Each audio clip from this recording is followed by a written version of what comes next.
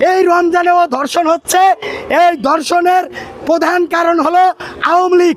তারা এই শিক্ষা ব্যবস্থাকে এটাকে কয় এই যৌন শিক্ষা চালু করে দিয়ে গেছে দীর্ঘ 17 বছর। যে যৌন শিক্ষার কারণে সেই যৌন শিক্ষার নৈতিক শিক্ষার অভাবে আওয়ামী লীগের যে বীজ তারা বপন করে গেছিল, সেই বপনের ফসল এখন ফলতেছে। এখন এলহাম আসে, আমার কাছে এইমাত্র এলহাম আসছে, আল্লাহর ওলিদের কাছে এলহাম আসে। আমি অনুধাবন করিয়াছি, আমি বুঝিতে পারিয়াছি যে খুনি হাসিনা একমাত্র বাংলাদেশে যে ধর্ষণ হচ্ছে তাতে সে অন্তর থেকে অতি খুশি।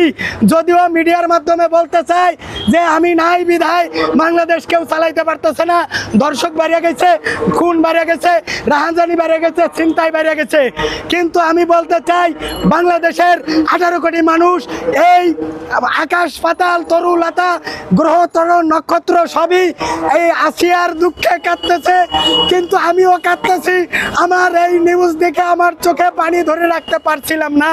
এই রমজানের ভিতরে বাপ তার নিজের মেয়েকে ধর্ষণ করলো এবং মাগুরায় আসিয়া 8 বছরের শিশু, যে নারীর নোয়া পর্যন্ত এখনো বোঝে না, যার কুমারিত্ব এখনো সেই যৌবনের ভাবই আসে নাই, সে পুতুল নিয়ে খেলার একটা শিশু, সেই শিশুকে যাদের বউ আছে, যাদের সব আছে, বুঝে সুঝে তারা এই ধর্ষণ করছে।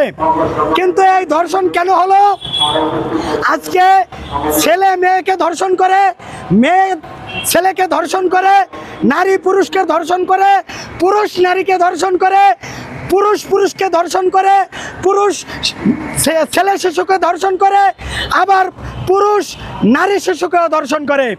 আমি বলতে চাই এই ধর্ষণে সারা বাংলাদেশের মানুষ, সারা বিশ্বের মানুষ খুশি হলেও এক ব্যক্তি মোটেও খুশি হয় নাই।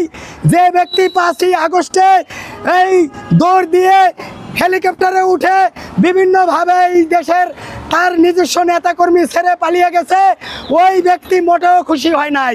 এই আইন উপদেষ্টাকে দিয়ে, যে আরবিতে আইন বানান করতে পারে না, তাকে দিয়ে কিভাবে এই ধর্ষকের শাস্তির আইন সংস্কার করা যায়?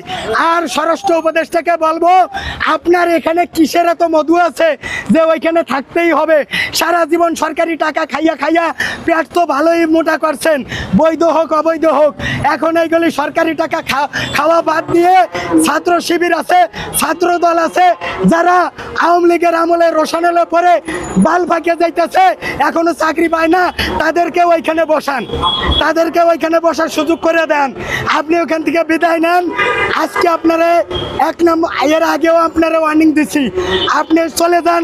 আর যদি আপনি কোনো লোক বাংলাদেশে না পান, আমারে বসায় দেন, আমি দেখিয়ে দিব স্বরাষ্ট্র উপদেষ্টা।